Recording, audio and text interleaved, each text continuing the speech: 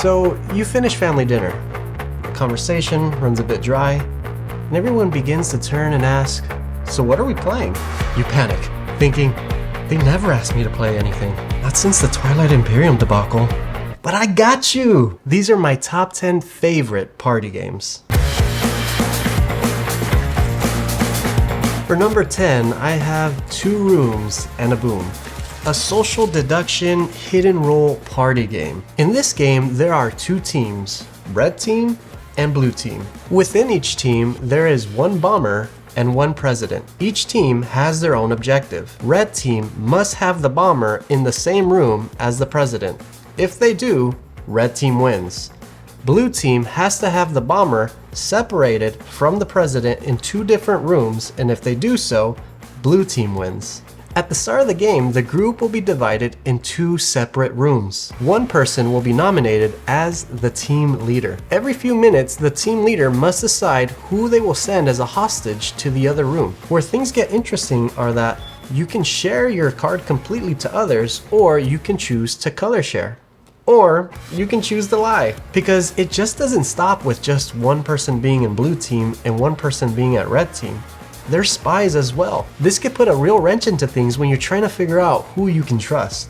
This game is really clever and very simple. I really enjoy it because it's a good icebreaker, especially when you're playing with a lot of non-gamers, that is, people who don't normally play board games. This forces you to have a conversation with other people, to converse, to share what you have, share what knowledge that you found out. Who's the bomber? Who's the president? Where do we need to move that person? Or who do we need to protect? The funny thing about this game is that it works best with more people. I really would only pull this game out if I have at least 10 people willing to play. And if you're more of a gamer and this at face value seems a bit too simple, you can throw in more roles. You can throw in gray team cards. People who are in the gray team have their own objective. They have no skin in the game of whether red wins or blue wins. They have their own win objective. For example, one person could be assigned as Romeo, and the other one could be assigned as Juliet. Their objective is to make sure that they are in the same room together with the bomber. If they do so, they win. And there's so many more. This game is in print right now as of this moment. When I bought this game, it was out of print and I paid a lot more than probably what I should have. A very simple game and works very well with big groups. Highly recommend Two Rooms and a Boom. If you're enjoying the content so far, please feel free to hit the like and subscribe button. Now, on to number 9.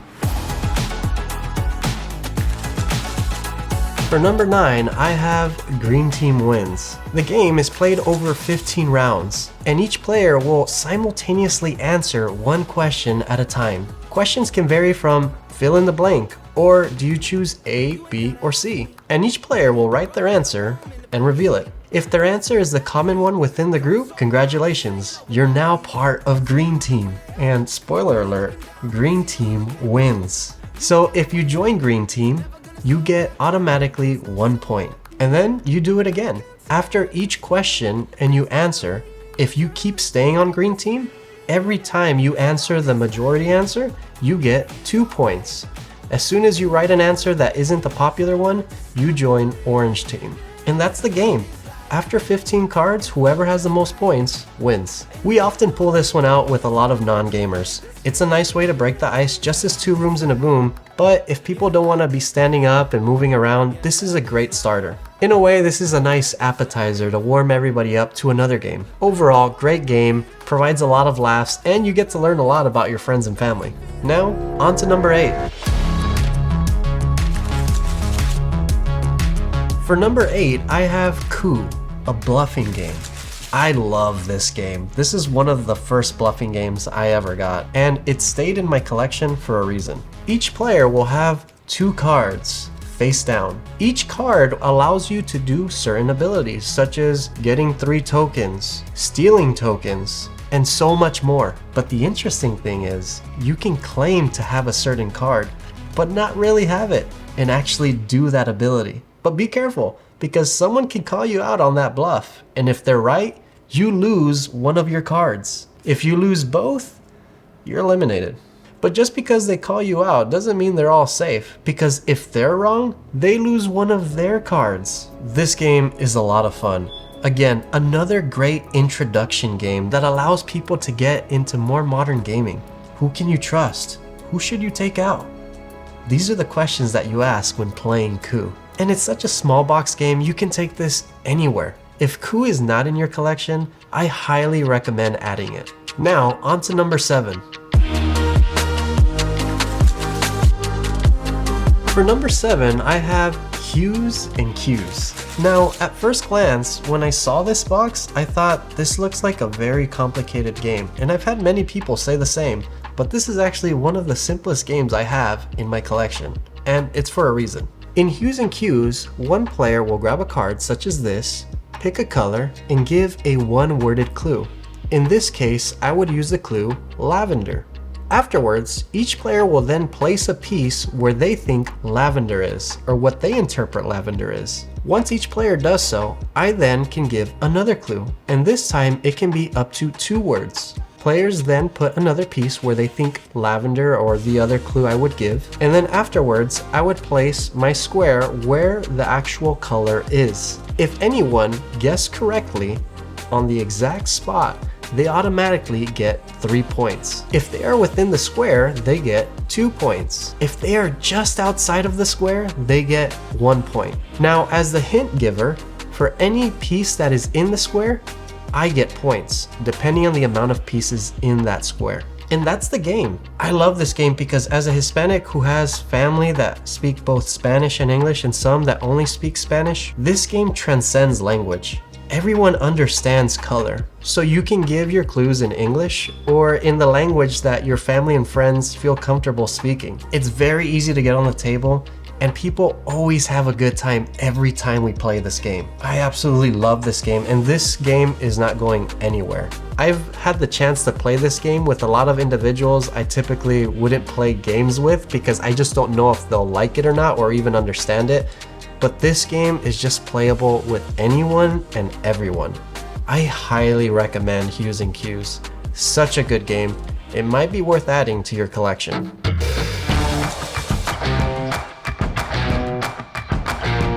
For number 6, I have Strike, dice game. In Strike, we're all throwing dice.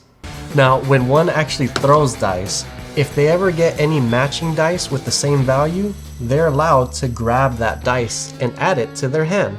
Then their turn ends immediately. If they ever throw their dice and one's an X, they have to remove it and it never returns to their hand. If they lose all their dice, they're eliminated from the game. Last one standing with dice wins. Also, there is a fun little twist here where if one throws their dice and they're able to get all of them matching and it clears out the board, then the next player has to throw all their dice and hope that they have any matching dice. It's a simple game. You can take this anywhere, camping, family trips, wherever. People will have fun playing this game. I've taken this game at so many places and there hasn't been anyone I've run into that hasn't enjoyed this game. I've played this with gamers, people who don't play games, family. They all love this game. And this game's plug and play, ready to go. You put the box, open the lid, and you can just go ahead and start playing. You can play this game in between bigger games or just as a game to play the whole evening. So if you have family or friends that vary in age and in experience of games, this game is gonna work for you. And this is why I recommend Strike, dice game.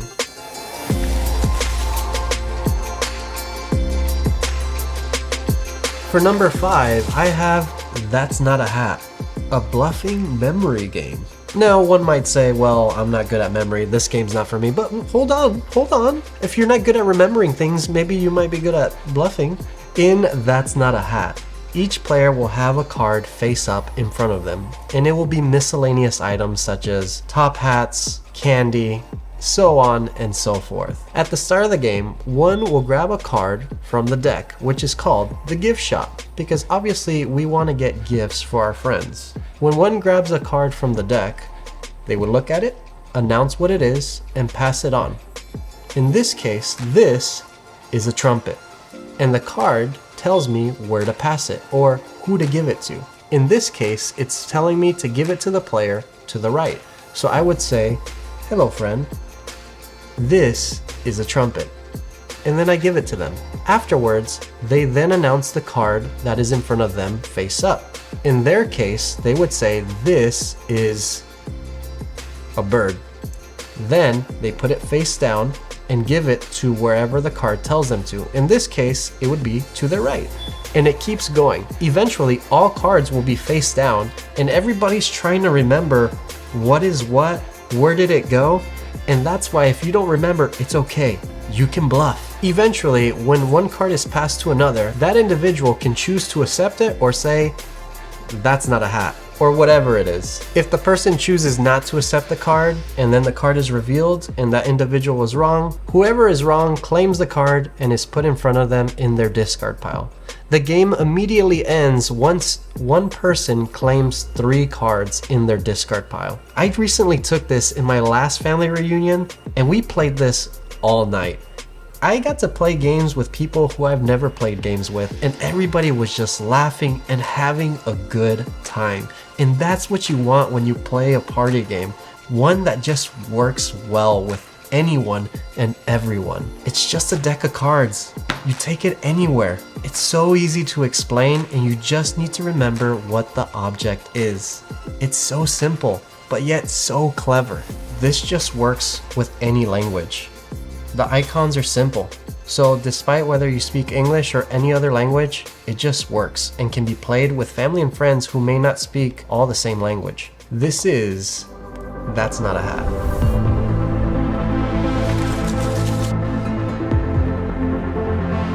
For number 4, I have Decrypto. In Decrypto, you're trying to decipher your opponent's code before they decipher yours. First one to decipher their opponent's code 2 times wins. Now, many might compare this game with Codenames because there's a lot of word association involved, but this is a very different game. Also, this one is a bit more of a gamer's game, but it is simple when you play it. To explain it, it can be a little bit tougher, so that is a disclaimer. In Decrypto, each team will have a panel with 4 different words listed from 1 to 4. Within the team, one player will grab a card that contains a 3-numbered code. In this case, the card that was drawn was 2, 3, 1. The individual who has the card is trying to help their teammates figure out this 3-digit code. Now, how do they do that? Well, they look at the words that are in each of those numbers. In this case, for number 2, the word is staircase. And for number 3, the word is revolution. And for number 1, it's canyon. So in this case, the person who knows the code is going to use words associated to these words to help their teammates decipher the code. In this case, the code giver might give these clues. They might give the clues up, America, and rock. So then the team looks at the panel and looks at the words that might be associated to the 3 words the clue giver gave. So then they would guess 2, 3, 1.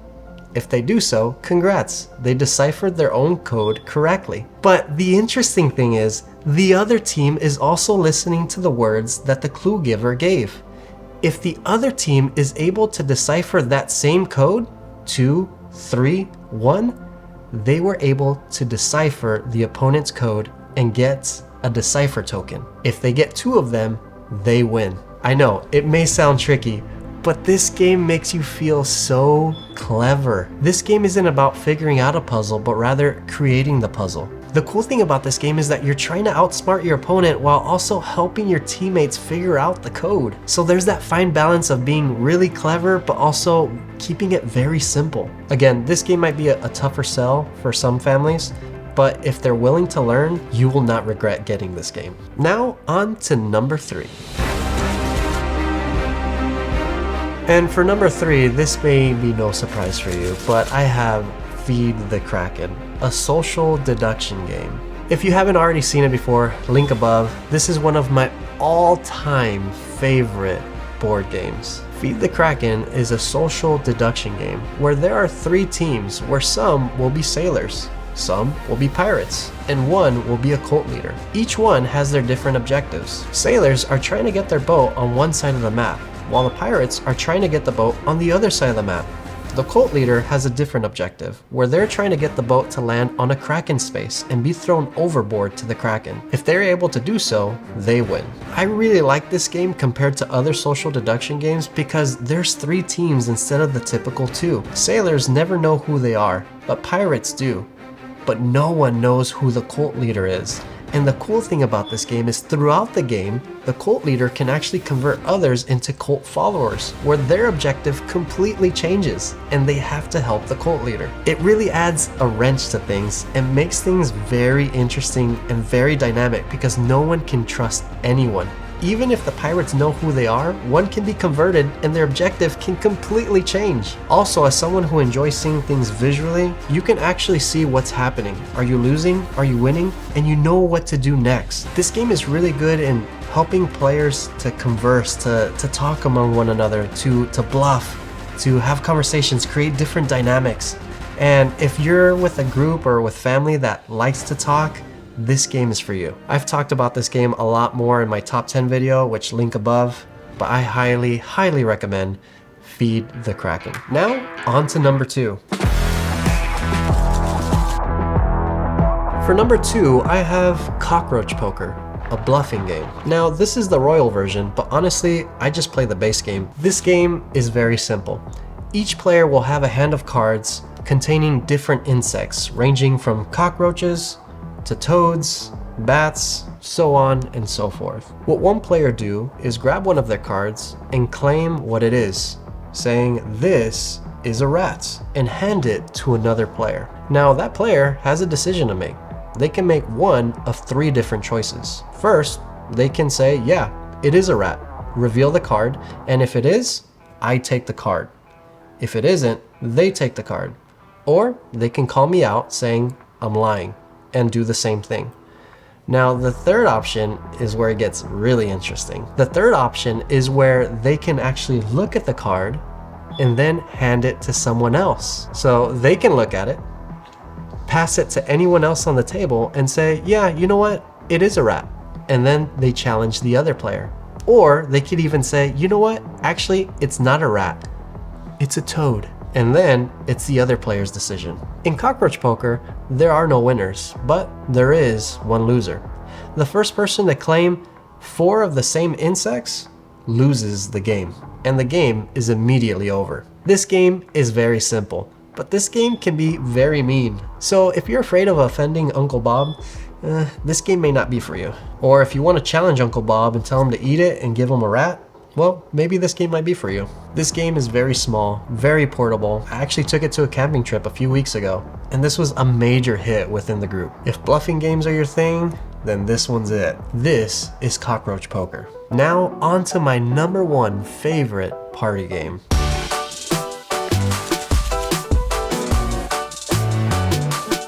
For number 1, I have Monikers. Monikers is a very simple game where there are 2 teams fighting for the most points. Now, how you get your points are through 3 different rounds. On the first round, one person will have a deck of cards, looking at a card, and giving words talking about it, trying to help their teammates guess what it actually is. If they do so, they earn those points. But they only have 60 seconds to guess as many cards as they can. Once their turn is over, they pass the remaining cards to the next player who is on the other team, doing the same thing. The round immediately ends once all cards are claimed.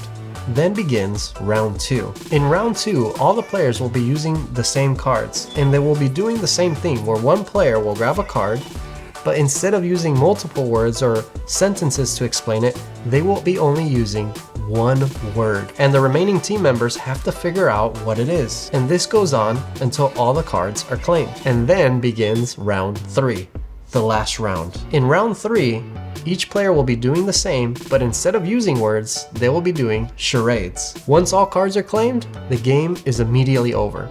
Whoever gathered the most points wins. And that's it. The game is very simple, but what I really enjoy about the game is that throughout the rounds, you start creating all these inside jokes. It's not so much about the actual card and what it is, but as you start explaining what it is in round 1, they may say something funny that had nothing to do with the card, but you figured it out.